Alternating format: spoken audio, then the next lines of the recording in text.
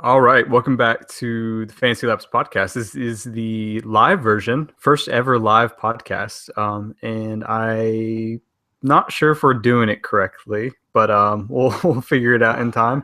I'm here with Justin Fan. How you doing, Justin? Not too bad. This is the Larry Fitzgerald group therapy session, I think. Pretty disappointing at halftime right now. Congrats to those Michael Floyd owners, though, coming through with that touchdown before half. That's right. Michael But we Floyd got was the play.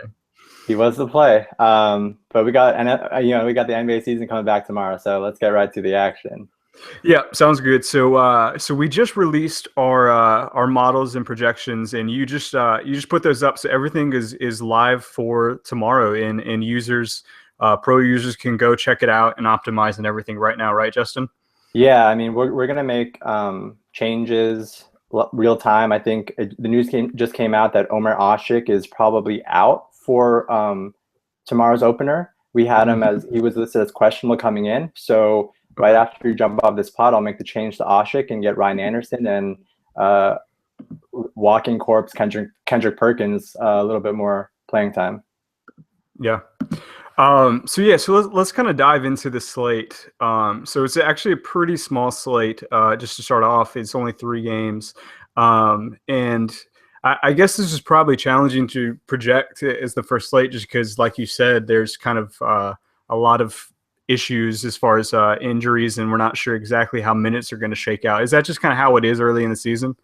No, it really isn't. Uh, Because early in the season, you usually have fully healthy teams. And this is yeah. kind of an exception, especially this year with New Orleans. They are severely banged up right now and, have 4, 5, 6 injured guys. So especially with them, it's really a challenge to really nail down those minutes. And generally, yeah, I mean, you don't have a sample size to work off of. Obviously, it's easier to project minutes once you kind of see what a coach does the first couple of games, right? To kind of show Yeah. his hand. But in general, this is especially challenging, first slate this year. Yeah. So I think the question is going to be, especially in the slate, is what do you do as far as do you take one of the top guys, or do you kind of go balanced? And how do you handle a slate like this? What are your thoughts on kind of so obviously the top guys being LeBron, Davis, and Steph Curry. Do you think that you kind of have to get one of those, and do you like any of the three better than others? Yeah, I think this is definitely a good stars and scrubs type slate because there's so many values especially with the injured guys in New Orleans. We'll get to some of those guys later. Yeah. But yeah, I mean, you have to own at least one of those guys. I think my favorite guy in this slate to own is Anthony Davis. Mhm. There's just so few options there in that offense. It's from top to bottom. It's going to be really tough, Yeah. and especially with Drew Holiday still in that minutes restriction, no Tyreek Evans, so it's basically going to be Eric Gordon, Ryan Anderson, and Anthony Davis being forced to create a lot of the offense with some Nate Robinson sprinkled in there as well. So I think Davis, we saw in that playoff series against Golden State, obviously the league's best defense. They have Draymond Hmm. Green, Harrison Barnes, a lot of looks they can give him, but Anthony Davis is Anthony Davis, and he's lethal. And he added a 3-point shot to his arsenal this offseason to boot. So he's my number one play. Yeah. So on the other side of that game, are you worried at all about the blowout factor? I mean, obviously, Golden State is pretty far superior to New Orleans, kind of just in general, and also if you kind of just add in all of the injuries, plus Right. just kind of the fact that they're, I don't know, it's kind of a weird situation where they won the championship, but it almost kind of seems, and you probably know this better living on the West Coast, it almost seems like they still feel a little disrespected because the narrative was, okay, well, they Right. didn't get to play anyone, and I don't know, it just kind of seems like they're gonna kind of want to come out and really kick butt early on. Yeah, but I think they can still kick butt early on in 3 quarters. I don't think Yeah. it necessitates those guys playing full games. So with the Warriors, especially, I'm worried about blowout potential. Especially, I think New Orleans will look to pack it in if they're really behind because this is the Mhm. first game of a road back-to-back for them. They play at Portland on Wednesday, so Mhm. they're depleted. So they probably don't want to play these guys way too many minutes. To at least conserve them a little bit and give them at least a shot to beat a similarly torn down Portland team. So with the Warriors here, Steph Curry, my only real player, because if I know Steph Curry is going to be able to see big chunks of Nate Robinson, then I'm all on that. And he's proven in the past that even in 3 quarters or so of playing time, he can do enough damage and put up those stats, in that short period of time. Yeah. So, the question again, and we're getting to these 3 guys, and you said that you like Davis better. So kind of this goes hand in hand. Are you So I guess are your cash lineups going to be built around Davis, and do you think Steph is a little too risky just because of the blowout factor to go cash? I agree. That's exactly my thinking there. They're so depleted in the front court, the New Orleans, that who are they going to give the minutes to? I don't think Ajinça is ready to play big minutes, even if he's able to play, because he's been limited by injury pretty much the entire preseason. Kendrick Perkins, you're not going to throw him out there for more than 20 so minutes, and so they're depleted at small forward too. Dante Cunningham's going to have to play there too. So I just think this is a game where Davis has such a really high floor, even with the potential blowout. Yeah, I hear you. So just want to say, for some reason it won't let me turn on the question answer part of this. And I know that we have a lot of viewers right now, which is awesome. Thanks for watching and listening. But for some reason it won't let me activate the question part. But actually, hit me up on Twitter at Bryan BRYAN_Mears and send me all of your questions. And I got my phone right here, so I'll just pull up the questions this way. Apologize, I just can't figure it out. So let's talk about bargain guys. Who are your favorite bargain guys? I guess maybe do you want to go through position by position and maybe kind of go through your top plays at each point guard, shooting guard, or is that cool with you? Yeah, let's do a real quick game by game rundown real quick. Sure. What we think about each team, each game in general. Yeah. Okay. Let's start with the Hawks versus the Pistons. Early impressions, just quick impressions of both teams.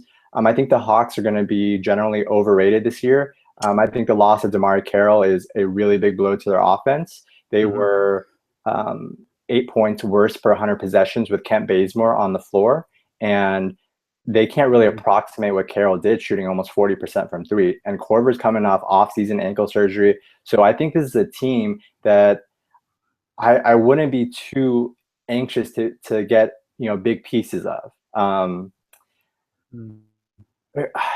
Teague, there's this narrative that Teague has done a lot better without DeMar Carroll on the floor, but he actually averages fewer points per 36 with DeMar Carroll off the floor. Off the floor because the efficiency has dropped dramatically. It goes from 47% from the field to 43% from the field. So just in general, I think this offense will struggle a little bit more than people think. So I'm not too on any Hawks players for this slate. Yeah, I think I'm in the same spot as you, and it's not even really. I mean, part of it's just their Vegas over under is a lot lower than that Golden State in New Orleans game. So I think there's I think the value plays are going to be especially on New Orleans. But yeah, I think a bunch of these guys are just kind of overpriced. Like if you look at Teague he's on DraftKings and he's not a bad play, but at $7K, why not just spend the $800 up for Reggie Jackson, who I think has kind of an immensely higher floor plus ceiling this year. Exactly. And there's no real reason I would play. Like I think I would maybe think about him in a contrarian way in a tournament, maybe because people weren't on him. But I don't even think that's going to be the case earlier in the year. I don't think that he's going to be very contrarian. So I think I'm just, especially earlier in the year when I don't necessarily know where the public's going to be on players and teams and just kind of in general, I think I usually just sort of stick to my value plays and stick to my projections and then try to figure out the public later. Is that kind of where you're at? Yeah, I totally agree with you there. I think if there's a sneaky play maybe on Atlanta, it might be Schroeder. Always good for some high flying antics and can score in bunches and is kind of the ultimate tournament type player, boom or bust. So if you want to go super outside the box there, I think he's probably the way to go. The only other guy I could think of is maybe the kind of guys who are going to step up with Carroll out. I mean, Bazemore at all at min price almost. Yeah, I mean he's fine.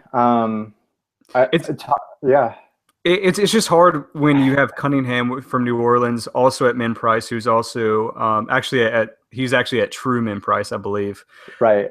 and Much higher he's minute floor with him too, yeah, like he's going to get probably 25, 30 minutes or for more. sure, We have or him at more. 31-1 because really on the wings, their backups right now are Luke Babbitt and Alonzo G. So Not that's good. about it. Yeah. Um, Atlanta still has Thabo Sefolosha, who's come back from injury. He might not play a ton, and they have Tim Hardaway Jr. as well. So they have some bodies there at least. So Cunningham is a preferred play for me. I don't really Yeah. trust Bazemore in general either. Yeah, I'm kind of in the same place. On the other side, are you on any of those guys? Yeah, I mean, I've professed my love to this spread pick and roll with Reggie Jackson and Andre Drummond this year. I think it's going to pay absolute dividends, and I Hmm. think this Pistons offense is super underrated heading in this year. I think they'll really surprise some people. The pieces, like I said in the earlier podcast, are there. They have floor spacers galore from 2 to 4. Yeah. KCP Meeks, Marcus Morris, Stanley Johnson, Ilyasova, Anthony Tolliver. Not the best. No Corvers, no Clay Thompsons, but those guys are adequate enough Hmm. to space the floor and give Reggie Jackson and Drummond enough space to operate. And like we said, the threat of those guys being wide open Hmm. on those long twos is enough to give those guys room. So, Yeah. can we fit Drummond and Davis in together? I'm gonna see if I can. I haven't really tinkered with lineups yet, but I'm gonna see if I can swing something with those duo because those are probably two of my, you know, Yeah. I probably want one of Reggie Jackson, right? Andre Drummond. Yeah, I think so too. And I think they actually see, I don't know. I said I didn't want to try to guess where the public is at, but I think they might actually be a little bit lower than we'd expect just because they're the lowest implied total of the night Yeah, at 95. So I think people might look at that who are trying to get into NBA DFS and say, um, okay, maybe I've heard that I'm supposed to like not play these guys.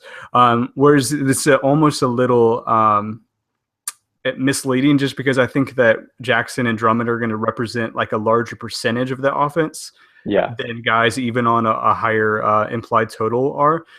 So even though they have the lowest implied total by Vegas, I don't think it really affects those two players. I totally agree. I think I'm off the other Pistons as a result. Right. But that doesn't scare me off them at all.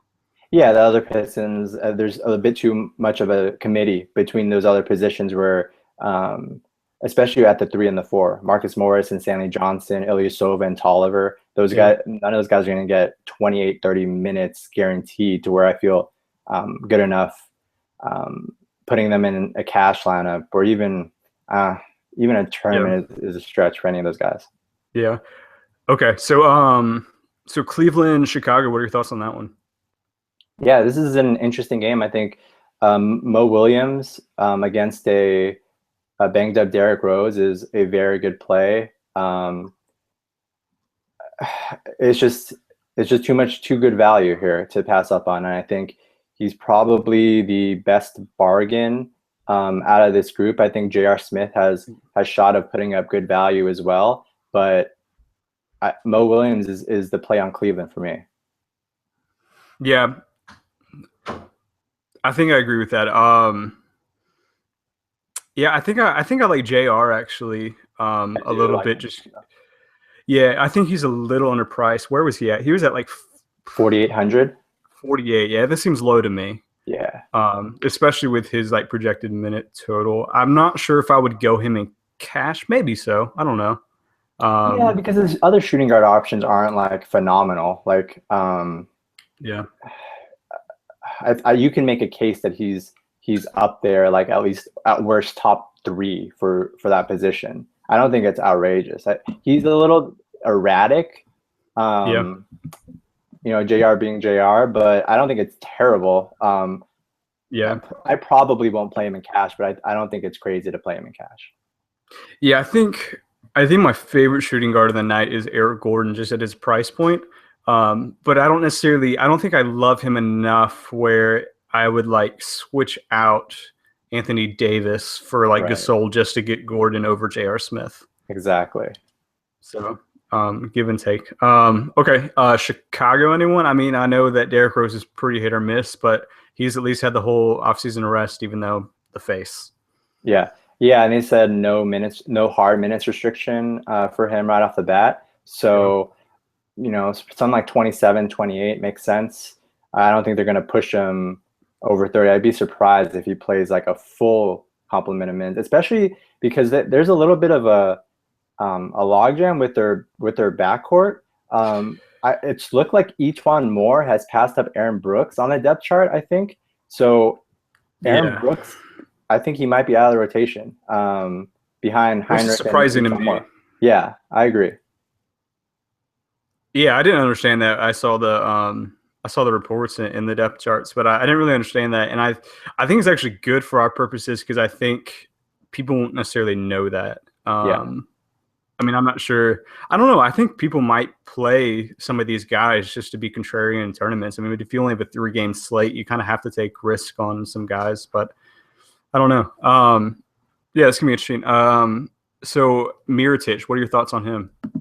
Yeah, I like Mirotic. Obviously very productive on a per minute basis and, won the starting power forward job. But there are a lot of bodies in that Bulls front court. And unless you project Taj Gibson to barely play at all, there's not going to be a lot of room for Mirotic, Gasol, and Noah to play, much more than like 24 to 32 minutes. I think Thibodeau came out Fred Hoiberg came out and said today that he expects most of his players to play between 25 and 32 minutes and to kind of run a deep rotation. So Mirotic at 28 minutes, are you still buying him at that level? Yeah, I think so. I think so. I mean, obviously, I'm a little worried about it earlier in the season because I think they might be like more experimental than they're going to be later.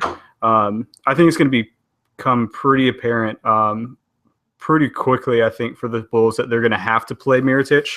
I think that I think he actually fits really with any lineups. I know that people were concerned about him with Gasol and just whether they can be good on defense, but last year they were fine. And Mirotic was actually good with any combination of big, that their defense was good. So I think the sentiment that Mirotic isn't a good defender is a little overstated. So I think so. I'm still high on him personally. I think that I know that we have him, we said at 28. Yeah. Yeah. Like and I think he might be 30-ish, but like I'm still fine at 28, I think. Yeah, and I'll mention that his bargain rating on FanDuel is 97% versus I think like 3% on DraftKings. So you want your exposure to him on FanDuel, where he's small forward eligible and costs $5,500 versus on DraftKings where he's $6,400. So if you're gonna play, I might fade him on DraftKings just because of the price point, and then play him everywhere on FanDuel. That's probably my take on Mirotic. Yeah, actually, I mean that is a good point. I think it's really important to almost like a day trader, like to figure out where you want to buy your stocks at in guys, and some are going to be overpriced on certain sites than others.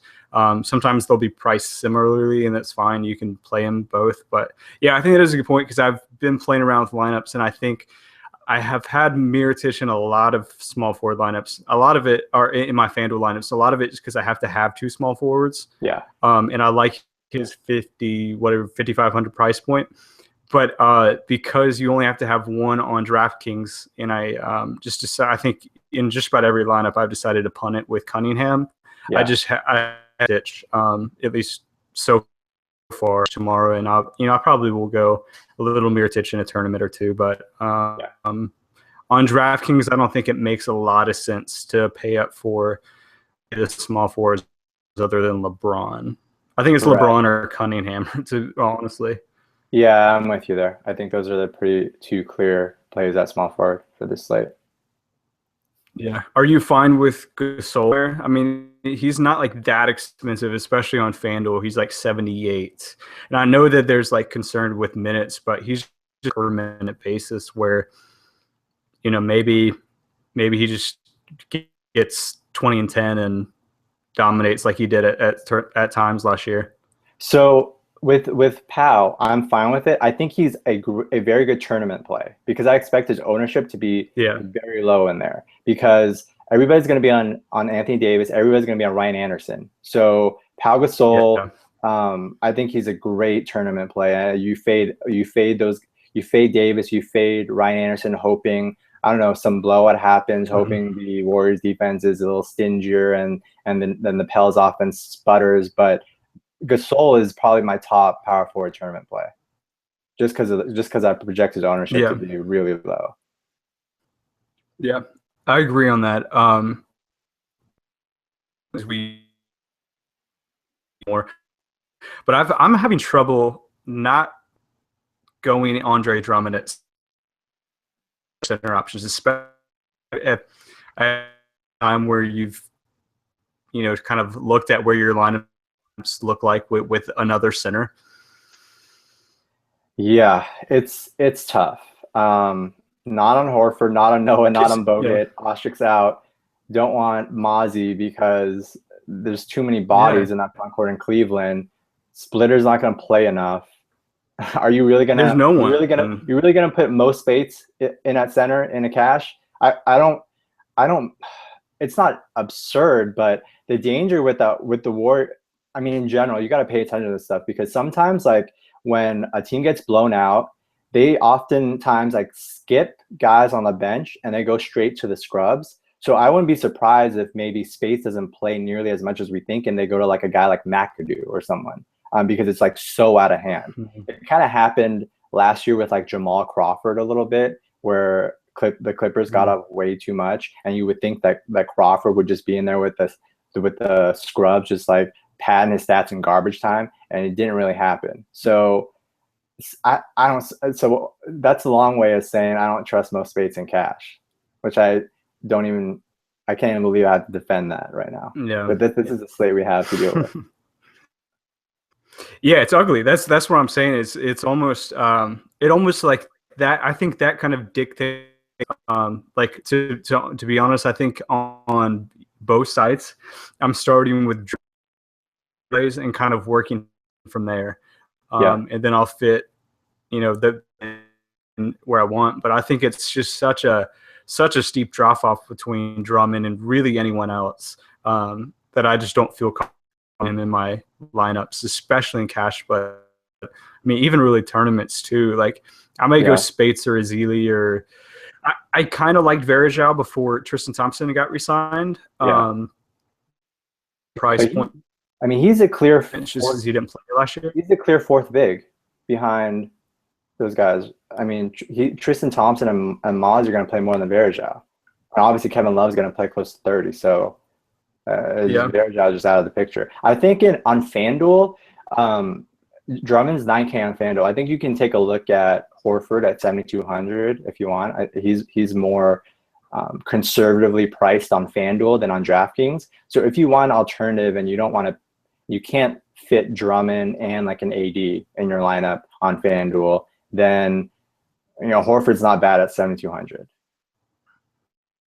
I've actually not had a problem doing that on FanDuel, just because of, I'm not sure. I think it's just because you can get to lower priced small forwards, and if you need to, and I haven't had as much trouble getting both of those guys in, but I don't know. Maybe I haven't finalized lineups by any means yet, but okay. So let's move to this last game.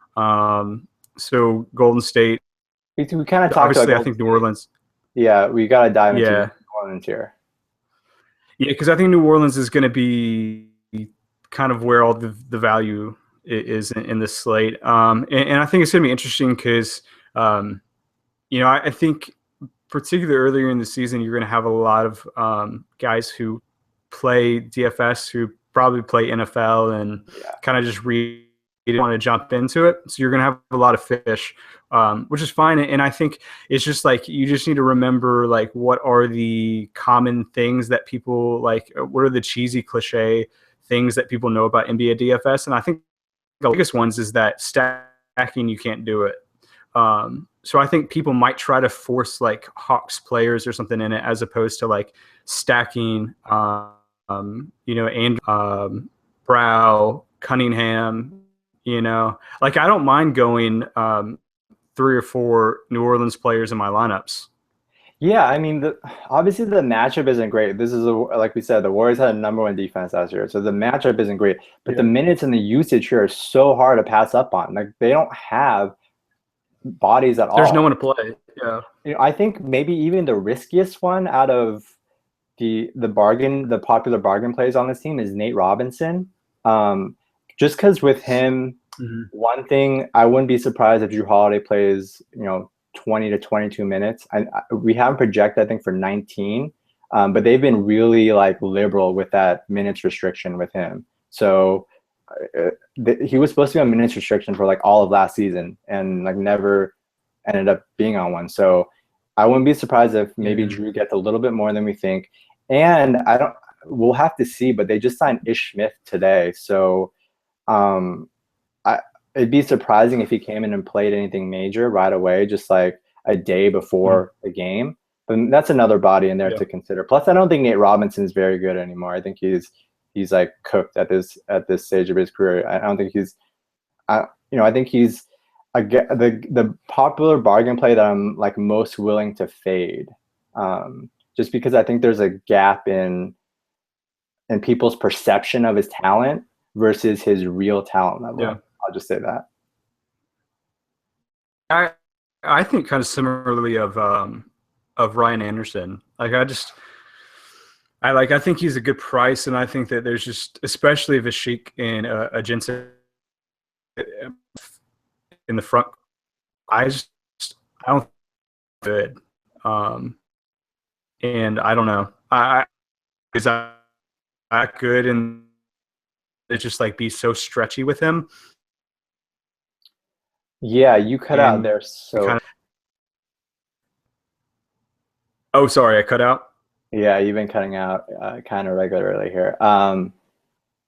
Yeah, Ryan Anderson. Yeah, no, I he just had a rough couple of years just with injuries and whatnot. So, I think, maybe if he comes off a full off season and gets relatively healthy, then I think there's cause for optimism rather than with Nate, where it's just, I think, a talent and age thing with him.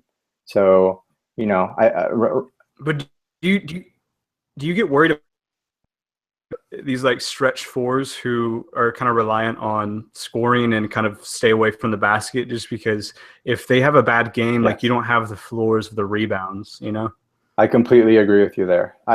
His stat line composition is more tournament-esque than cash game-esque. Just like we mentioned this before, like you want those guys who, when they have a 15-20% shooting night, they're still able to kind of hit value by doing those other things. And Ryan Anderson doesn't have those other things to fall back on. So yeah, I mean, it's definitely risky. I agree with you there, because especially with this Warriors defense, they're not gonna give him a lot of room. They're gonna contest him pretty tight. So if he goes, I don't know, 5 for 18, for example, he's more likely than not to disappoint you than hit value. Yeah, I think so too. And I'm kind of worried about his ownership percentage as well. So I don't know. Interesting. Okay. So so any other thoughts about that, or you just want to kind of quickly run through the positions, make sure we're not leaving anyone off? No, let's do a position rundown and close with that. All right, cool. I'm just going to pull up the positions on DraftKings respectively, and then we'll kind of finish there. So obviously the top of the slate, he's priced at 9,500 on DraftKings, and then Jackson is at and I think point per dollar, whether you like that thinking about value. Reggie probably like kind of by far. Yeah. Is that where you're at? Yeah, I think we're similar there. Um, Reggie Jackson, Mo Williams, Nate Robinson are your guys. Yeah, I think the question is going to be on a site where you have to go, double point guard. Who's your second one? Like on FanDuel. Let me look at FanDuel pricing real quick. I'd probably go, yeah, Mo Williams is 6K on FanDuel. Oof. I don't love that price point at all because his implied points Yeah, see, that's that too he has high to for hit is me. like 23, which is quite a Yeah. lot for Williams, even playing third banana to Kevin Love and LeBron James. So Yeah. if you have to go See, double. Nate Robb at 35. Yeah, see, I think that's, even though I think there's a little downside there, Nate Robb at 35 is, it's going to be really hard for him not to hit 12 points at least. Hit 35. Yeah. Yeah. Yeah. Like So. just like fall. Yeah. Like someone throw a ball at him and hopefully he can catch it. Yeah. Those are my thoughts too. You kind of either have to pay up for like double Steph and Reggie or go down to Nate. I think I don't really like any of the in between options, especially on FanDuel. Okay, so on shooting guard, the interesting thing is that I think that these top guys are going to be pretty highly owned. Mm-hmm. But I don't really particularly like either of them. Jimmy, mostly because of I just don't think his usage is going to be high enough to really warrant. I just don't think he has a really high floor or ceiling, especially not only in this matchup, but just kind of maybe on this Bulls team early on. Rose is playing, plus Nico is a lot more usage heavy than Joakim Noah in terms of taking shots. So I think Butler is going to be the most plus EV fade for you because I think the public loves Jimmy Butler. Yeah, I think too. Yeah, you're going to get a lot of writers and pros or whatever that write for these sites tout Jimmy Butler. I think he's going to be a recommended play on a lot of places. So for me, I think that's probably the biggest disagreement that we might have with other sites in terms of our projection and our rating for him. Yeah, I hear you. And everyone questions, you guys blew up my Twitter. So I promise once we finish these positions, we'll spend a couple minutes in answering those. I agree. Yeah, I think it's kind of these mid-tier guys for me, to be honest. The lower kind of price guys, I'm not really sure about role stuff. Small forward is obviously interesting because the difference between the top guy and LeBron and even the second price guy is like $5,000. Yeah.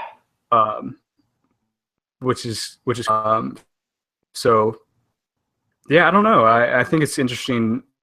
I think on DraftKings, I don't see myself going either of those two options or anywhere else other than LeBron and Dante Cunningham. And then for those just might be my two small forwards. You cut out there. Who did you say your two small forwards are? On FanDuel, I might guys. Okay. Yeah, you cut out again. I think. No, is Cunningham? Is Cunningham in the FanDuel slate? He's a power forward. He's a power forward. Yeah. Okay, that makes sense. Okay, yeah. So it's but on FanDuel, Mirotic is reasonably priced. Oh yeah. So I think that's where I'm going. Yeah. Yeah. For sure. So I think that's a nice kind of a nice pivot since Cunningham's not available on FanDuel as a small forward. I think Mirotic is fine, especially at that lower price point. Any thoughts about these, or you just keep on rolling? Let's roll. Cool. Power forward. Yeah, I think it's. I think we kind of went through the one guy that, or like I guess the guys we didn't discuss, which I think are going to be interesting, because I think just as far as like ownership goes, is these like mid-tier guys, 7K. So you got 78. You got Millsap at 77 and Love at 72. And it's almost like in the slate, you almost forget it's like Brow, and it's just like you don't even look.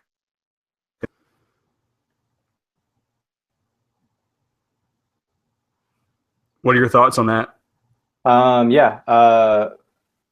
With Millsap, I think he's always kind of a good underrated play. I think people generally underrate Millsap. I don't mind him necessarily, but I just don't like this initial spot for him right away at his price point. Kevin Love, we mentioned the crowded front court. I don't think he'll see a lot more than 30 minutes, and I want to see him put up a couple good showings with that shoulder injury first before I put him in a cash lineup. Maybe Draymond Green. We talked about blow up potential there.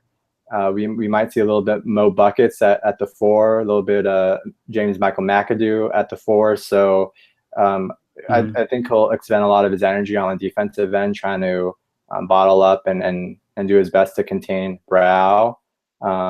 So yeah, I don't see a ton of reason to like a lot of these mid-range guys. Yeah, I'm in the same place too. Yep. And kind of finishing up with centers before we get to the questions in this, I think we discussed this earlier, where it's kind of Drummond or bust on most sites. So all right, so let's get to those questions. Yeah. Okay. So let me pull up Twitter. Thank you guys for sending these in. And just to clarify, we're Justin and I are going to do these. Obviously, I probably need to work out some internet and question and answer. This is our first time doing this, so thanks for being patient with us. But we're going to do a hangout every Sunday and Tuesday and Thursday night for the Monday, Wednesday, Friday slates respectively. So so we'll obviously send stuff out. Rolling as well. So from Mike Honcho, how do you guys feel about LeBron's usage? Will he opening turns? I'm sure you've probably monitored this closely. Yeah, I mean, I've talked about it in a couple player notes I've written for LeBron. I think all this talk about him being monitored and being, on some maintenance plan or whatever is ridiculous to start the season.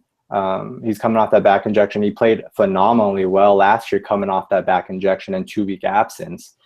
Kyrie's out, and there's really no choice for him but to take on a large offensive role right off the bat. I'm not too worried about his usage in particular. I think this is a game where he's going to have to take control, especially against a pretty well-disciplined Bulls team, where there's not going to be overwhelming opportunities for like J.R. Smith and Mo Williams to go off and really see a lot of their shots being uncontested and get easy looks. So I think LeBron's going to have to work a little in this one. And I also like that it's a 3-point spread. I think it's the smallest, for sure, of the 3 games. So we know it's going to be close. Cavs Bulls usually really competitive and unlikely to be a blowout. So it's really safe floor, and I'm pretty confident in LeBron overall. Yeah, I'm kind of in the same place. I don't think you can really afford to not kind of take over like he did. And he's had a whole offseason rest. I mean, this was like a couple games in, but this is game number 1. Like, if you can't get up for game number 1, then you should retire, Todd Pierce asks, how do you like Mirotic now he's getting starting minutes? Conversely, the guy he's going to guard since he's terrible on D.